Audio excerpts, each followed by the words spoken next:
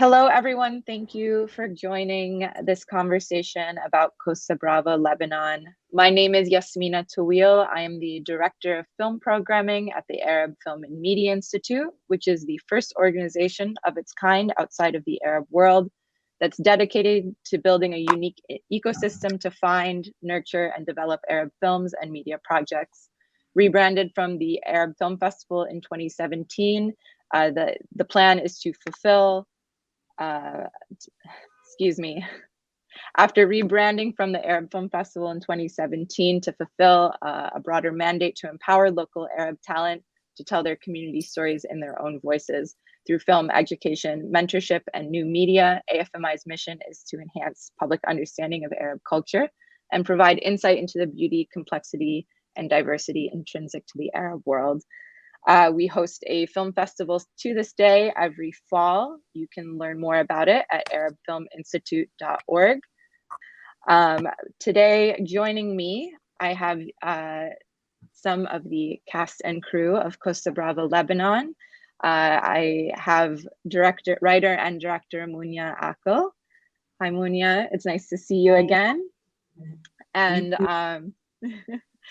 we also have our two stars, Saleh Bakri and Nadine Labaki. Thank you so much, everyone, for joining me. It is an immense honor to be sitting with three incredibly talented folks from the Arab film world. Just like I'm actually almost speechless.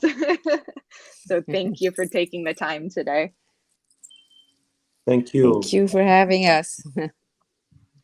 And in particular, I'm so excited to speak about this film. COSTA BRAVA Lebanon is beautiful, and I'm so happy that it is getting a release here in the United States, and that the story is finding an audience all over the world. Starting with Mounia, I would love to ask what the genesis of the film was. Where did the idea for this story come from? The idea of the story came from two places. I think one of them is that my access to the world was through my family. And so studying how my family reacted to situations was my way of understanding human psychology. The second thing was my relationship to my country and the love and the hate and toxicity in it. And those two came together with this plot that put those two in the same space, basically. Yeah. And I think it's a story that really resonates with a lot of people, but in particular, a lot of Lebanese people. We've been seeing even first second generation, and the diaspora outside. Yeah, you've created a story that really connects with everyone. Nadine, Saleh, how did you get involved in this production? Should I start? Yeah, go ahead. I've known Mounia, of course, for a while. We were not very close to each other, but we knew each other. And when we met and we talked about the script, and Mounia was telling me about the story, I felt a very quick connection to the character of Suraya. Living in a place like Lebanon with everything that's been happening and everything that's been going on here, and this idea that or this way of being torn between taking maybe the right decision sometimes to move away from Beirut and move away from danger, move away for whatever the danger is, whether it's pollution or whether it's the political situation or the ecological situation. No matter what the problem is, Suraya was. I felt this connection because I'm also torn between the need to stay in the city to be part of what's happening, and the need also to be more isolated maybe sometimes, and and be closer to nature, live closer to nature, and find this more sustainable and self-sufficient way of living. And I think it's it's becoming a universal question whether to how do we find the right balance?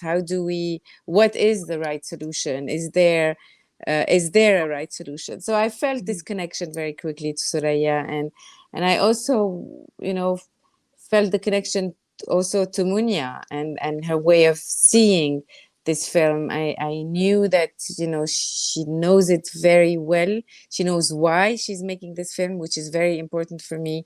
This is the most important thing for me, I think, is the why. And I think Mounia knew very well why she's making this film, and this attracted me to the film and wanting to work with Mounia. That's so lovely. And I know you two have been connected sort of by chance for even longer. I find that such a sweet story if you want to tell it, Mounia. Yes, when they asked me, like, because I was telling them, Nadine, how our energy started colliding way before we met, because Khaled, your husband's music studio, is right below my childhood bedroom. So, Yeah. we were in each other's lives even before we met. Yeah, I used to see Mounia very briefly, sometimes standing on the window, and we used to have, small chats, and yeah, I think there was this connection to this sort of atmosphere and universe of music and cinema for a very long time before we really met. I love that story. I think it's so sweet and so special. And what about you, Salah? How did you end up in this project as well? I met Mounia on a festival somewhere, I think in Dubai or something. Yeah. And that's where it started. I saw her short film there, and that's where our started. And then she suggested me this beautiful script that was like 4 or 5 years before the shoot. And then we met again in Paris, and then she asked me to participate in this workshop in Sundance, working on the directing.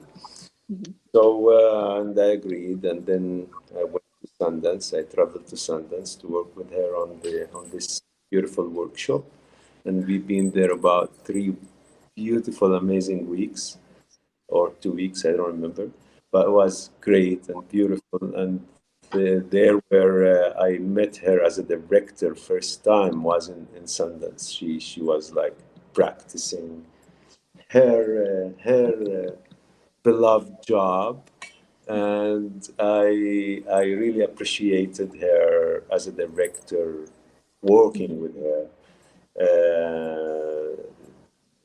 The start was there in Sundance, and then after a year, I think we started the shoot in Lebanon. I loved the script, and right away when I read it, yeah, of course, and I would travel to Sundance to do that, and then came to Lebanon and made it. I like that everyone has visitors. Are you able to hear him well, Yasmina? Yeah, on this end, it sounds actually quite clear. Oh, wow. So maybe I'm the problem. So yeah, I am staying here in the village, and I have my friends here in the village. They come and they say hello, and they invite me to coffee, and it's just normal here. So yeah, that's how things start. I love the script very much, and I thought it talks to me. It talks to life. The garbage in my life is there in here in Palestine. The political situation is a big garbage. And yes, I do feel like Nadine that I want to flee from here. I want to run away from this place. But there is something that keeps, there's kind of something that keeps me here. And this, I'm teared between these two decisions, or decision that or something that occupy me all the time, leaving, staying, leaving, like a war inside me. And with the kid now, I have like 2 years and a half kid, and with the kid it become much more urgent for me, this question, this decision to do it or not to do it, just leave this country or not. So it's in a way, it resonates to me a lot, and I believed in it. I just loved the script and believed in it. And Khaled is somebody. Khaled was his name. Well, No, Waleed You're in is too many movies. It's no, Waleed. I am offended. I Yeah, am. Waleed. I've been here like 45 years. I didn't leave the country with all Mhm, the intensity of this place. I didn't go, and I could. I mean, most of my work is abroad, and I could mhm. work. I could just leave this, and I never left. And now I ask myself, why did I stay here? And I don't have an answer. I don't have an answer.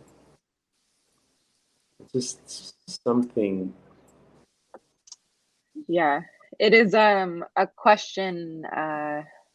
Yeah, too many of us from this region and even in other places in the world have to ponder. But something that's I see in the film, and that is that despite all of this, there's a love of the place. In this film, it's Lebanon, of course, but of your homeland, and of wanting to make things better, even when you feel like it's so out of your control. Um, Yeah. yeah, I don't really have a question at the end of that. It's mostly just an observation. But I love that despite all the critiques in the film, it's clear that there is love there. Of course, Yeah. and Walid is, I mean, Walid is driven by fear because he's so in love with this place, and this place has broken his heart so many times. And Mhm. actually, Saleh is the first person I wrote the script for, because when I met him and we had this strong connection in this festival, I was Mhm. starting to write Costa Brava. And the first description of the character of Walid was deep blue eyes. And so for a year, I was writing Costa Brava with Saleh as Walid, and I didn't tell Saleh. It's only later that I told him, but I unconsciously used some of his expressions, his way of speaking, some of the stories he had told me about himself. So, and that's what happened later when I met Nadine, is that suddenly you encounter those actors and you start putting them in the character, and it really becomes a nice marriage of personalities, and we start building the story together. And so just the character of Saleh is in love with Beirut more than anyone in the film, and that's why he's in so much pain. Yeah, watching it just struggle makes it. Yeah, that scene where he intends to go and then comes back and has never gone. Yeah, it reads to me that he's too afraid to see of what it's become, because he loves it so much. Yeah, Yes, that's Yeah. the thing that we worked on in Sundance, Mounia. yes, So speaking of the blue eyes, I know that in casting Reem, that came into play, and I find her casting so delightful, and such a lovely little story as well. For anyone watching this conversation who might not know, Reem is played by twin sisters. Mounia, could you tell me how you came to cast these two girls, and how they sort of informed the character as well? yes, of course. I'll show you their picture here. Look at them. Actually, like I met so many kids, and we were not finding Reem. You know, she's a little bit my alter ego. I really wanted also a Reem to be like a copy paste of Saleh and of Tala to resemble Nadine. And after seeing many kids, one day the casting director team at Ginger Beirut showed me a video of this insane little kid like yelling at people, bossing people around, and just feeling the energy of this kid in the iPhone video. Right away I felt something in my stomach, like I think I found her. And at that moment they told me actually there's two of them, they're twins. So we decided, I told them we'll bring them both. I mean, it wasn't a purposeful decision for like working hours or anything like that. It was a total accident. I actually thought that I would meet them and find that one is more Reem than the other. But what happened is that when I met Seana and Jeana, I felt like each of them had never acted before, so it was really about getting to know them as people. And Seana had this thing that Reem has that Jeana didn't, and vice versa. Like Jeana is like Mowgli in Jungle Book; she's very in touch with her masculine side. Seana is like an 8-year-old empathetic person in the body of an 8-year-old. And so I analyzed their personalities, spent a lot of time with them, fell in love with them, and divided the scenes based on their personalities. Yeah, it worked out so well. You truly, as an audience member, can't tell, Yeah. that there are two girls. And yeah, the combination of both like leads to such a rich character that is Reem. And in talking about like stitching things together and stuff, I know I want to talk a little bit about the world you created for this film, and what it was like acting in these spaces, some of which didn't exist in the physical world. But the part of the house that you filmed at was owned by someone who lives in the same way that the family does in the film, right? Yes, when I was doing research, one of the environmental activists that collaborated with us on the project told me, "You should meet this guy. He lives in that same way." So when I met to meet this wonderful man, I fell in love with his space, but it didn't have a land in front of it and a pool and a valley.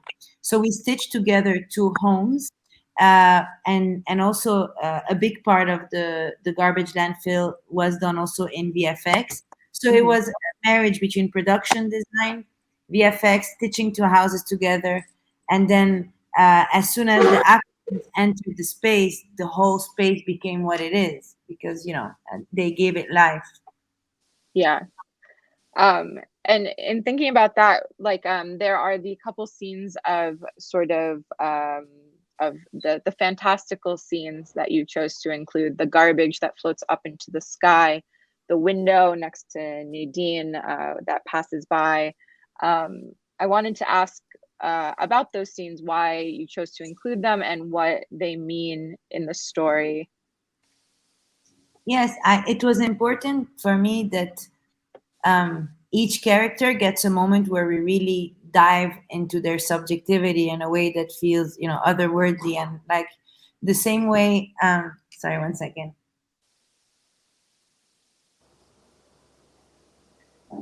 Sorry, one second.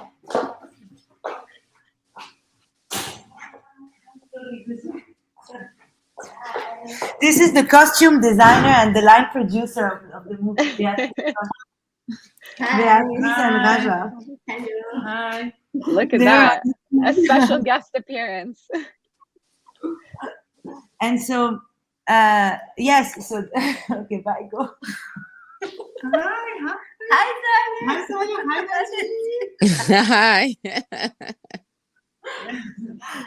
So actually, Beatrice created the costumes with us, and what she was also part of this decision to create a self-sustainable home. So even with the wardrobe, it was all about this circular economy, and Nadine wearing the clothes of Saleh, and the kids, everyone is exchanging each other's clothes because these people have been away for so many years and have a different relationship to objects and clothes. But about the magical realism scenes, I really wanted each character to get one of those scenes. Growing up, I think that because of the situation sometime of the country, I spent a lot of time at home So my window was my access to the world. And so I became a very imaginative child because of my relationship to cinema and to just looking outside. And so I wanted to create scenes in which there is no bridge between the place we're in and the place inside our mind. And so I wrote one scene like this for each character. And for Nadine, it was that moment of connection with her kids and with her past life and her career as a woman, and that moment of nostalgia. And for Saleh, it was that moment of profound grief and sadness in which he saw his wish becoming a reality, with the garbage transforming into flying lanterns going into the sky. Those are such incredibly moving scenes, and for the characters, obviously, are very emotional scenes. Saleh and Nadine, how as an actor do you find the emotions to bring to these scenes where you can't see what we can see happening in front of you? How do you get into that headspace, and is it difficult? I think I'm going to talk about my experience in that film. The fact that I identified so well with Suraya made it very instinctive and very natural for me to be her. I just identified with her so much that I think I started, relating to my own situation, relating to this almost, I was living at that moment, still am now, almost in a similar situation. We live now, in the middle of a forest, like as you see in a cabin. Yeah. We are living like this now in the during the summer, but when we were shooting the film, it was actually our home, because it was during COVID, and we were completely, we're in complete lockdown. So it was actually very similar to what I was living in the film. So the fact that I identified so well with it made it really very natural and instinctive. I don't recall preparing for it, but just, feeling it with the moment. And also the fact that, this close relationship with Mounia, and the fact that we spoke about Suraya so well before, and we kept also sharing ideas and talking about it. I felt I knew her very well, so it wasn't very difficult to prepare. Yeah. And what about you, Salah? How did you bring all those emotions up for your scene? Sorry. Yeah, for me, the difficulty was not the emotions. The emotions is there, the experience, the pain, the longing, the determination of the character. It was there, and also it helped that I worked with amazing, talented people that just inspire you and challenge you to be the best you can do. Talking about Nadine and the two little sisters, amazing work. Just helped me to be as the best to be the best I could. And the difficulty was technical for me. It was the language, only the to get the accent and to work on the accent, because it's not my natural accent. So I had to work on the accent for a long time. So to do it perfectly. And I think I was in the safe. I could arrive to the safe zone.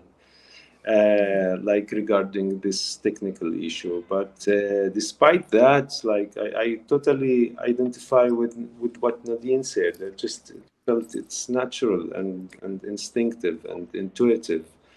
It's all there. It's all in me. I lost cities, not one city. We lost all our cities in Palestine.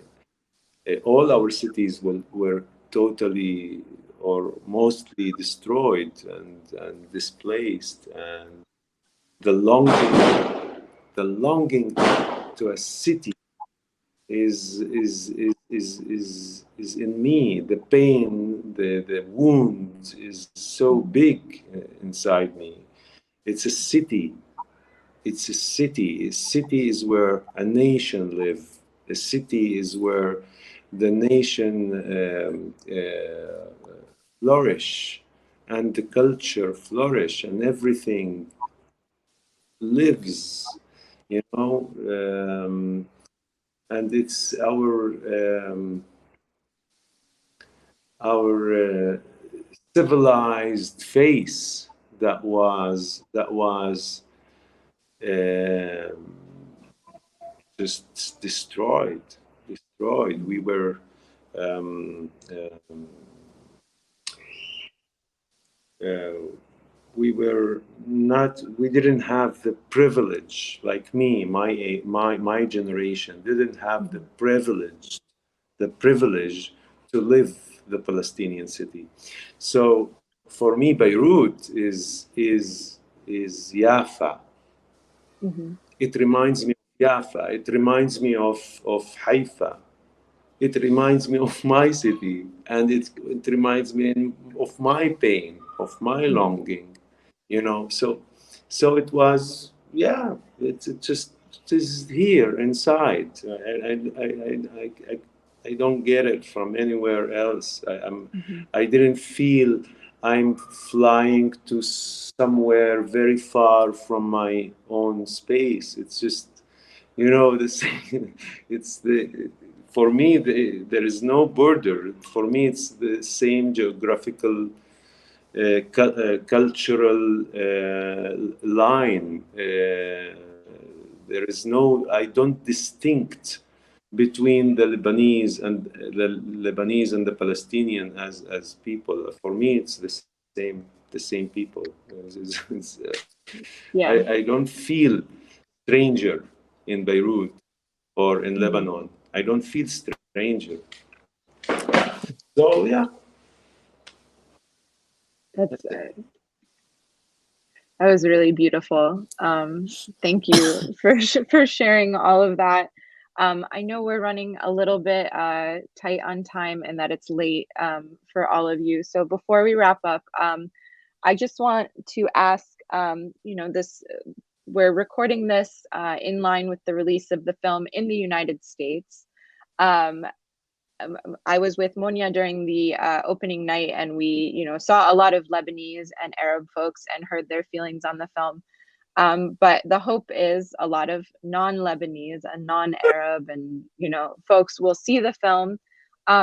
What do you hope that they take away from this, or what do you hope that they learn about our culture or our lives or our situation from a film like this? I think there's a lot to learn. So what do you hope that they take away?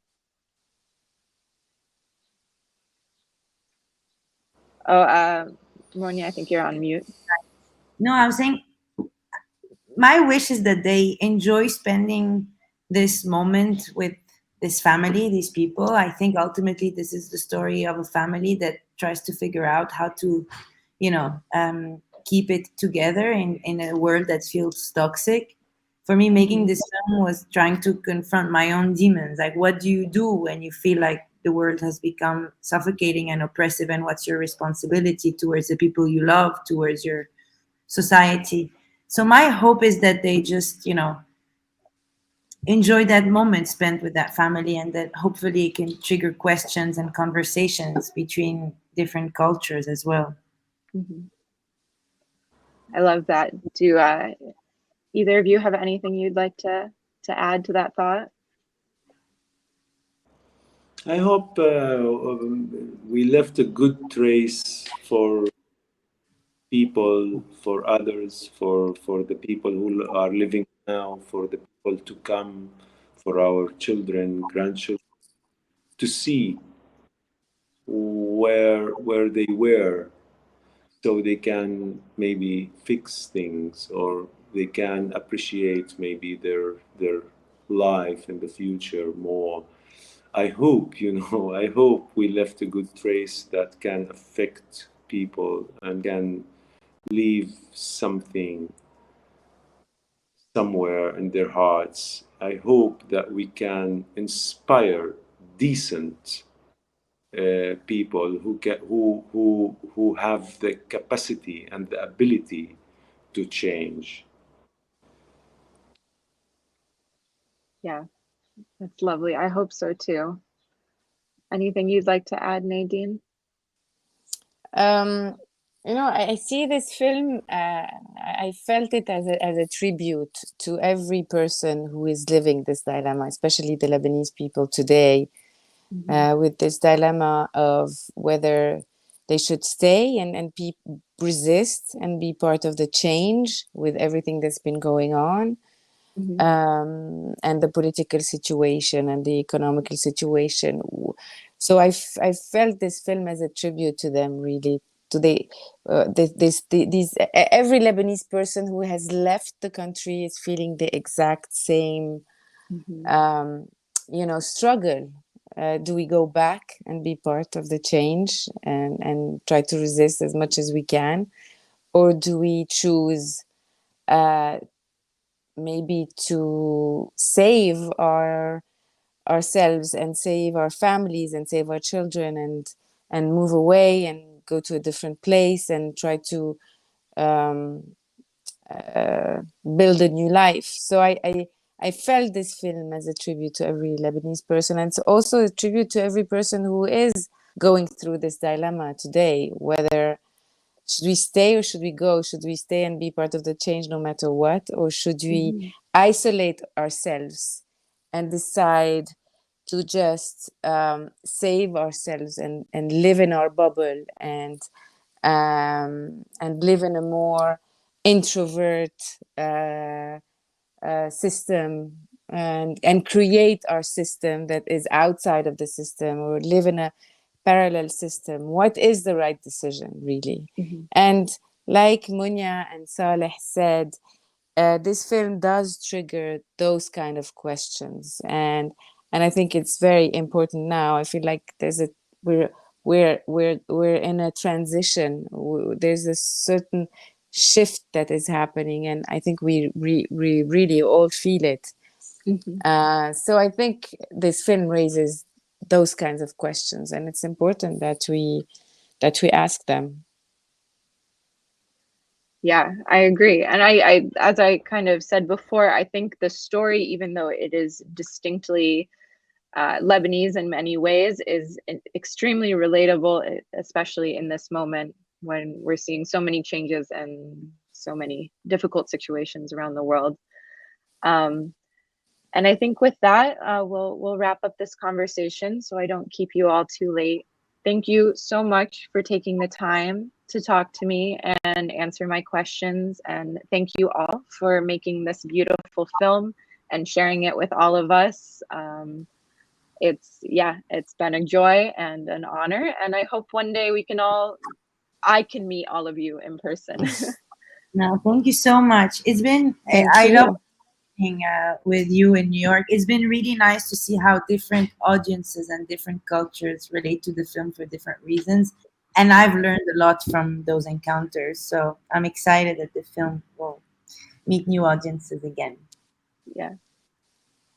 Thank you so much. And Mounia and Saleh, I miss you both really very, very much. I'll see you soon. And Saleh, I hope to see you here in Beirut sometime soon.